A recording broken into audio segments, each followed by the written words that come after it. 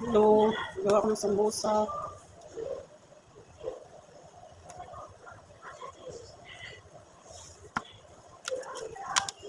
Ganito lang siya gawin guys. Yan, pa-triangle.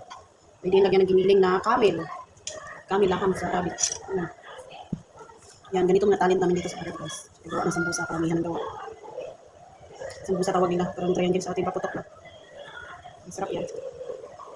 May bala na ano na laham. Yung laham para ano yun, camel sa English ba yun, camel sa ating. Laham dito tawag. Tapos nilagyan ng basal, tomato. Yung basal guys, yun. Yan. Yan, yan ang bala sa loob. Ganyan. Ganyan. Ito yung mga talent ng taga-abroad sa Middle East guys. Tuwing Ramadan. Paramihan ng gawa dito at pagbilisan.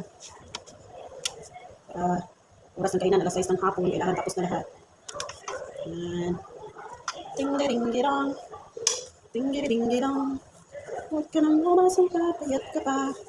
Hindi ka napapayat. Hindi ka napapayat. Huwag ka nang umasang papayat ka pa. Ito ng pagkain dito. Walang kanin, ilang araw na. Minsan lang kumakain ng rice dito. Ang Ramadan. Yung rice pa nila, iba parang cereal.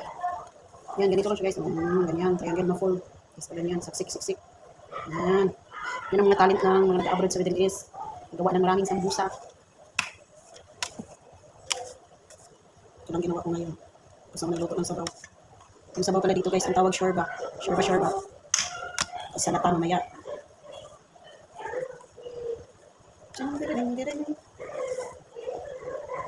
Samayan naman ko siya.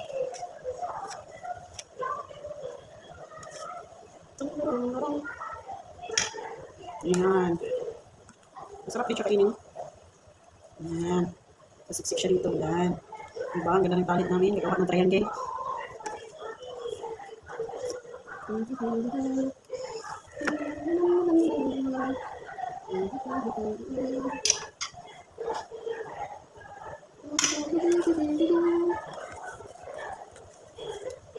Yan lang. Bye-bye.